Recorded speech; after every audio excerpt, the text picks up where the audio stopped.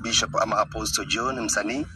Mimi ni mkaaji wa hapa Nakuru, na hilo jambo lilitendeka kwa hao watoto ama kwa huyo mtoto si jambo nzuri hata kidogo. Ni kwa sababu sifikiri ama sioni honja ya mtu mwenye akona akili mzuri, akili zake 5 na za dunia zenye amejitafutia, alafu upate ya kwamba anaongea maneno kama hayo. Anaamrisha mtoto ama anaambia mtoto, enenda utoe hiyo uko nayo ukuje nikuone ukiwa hauna.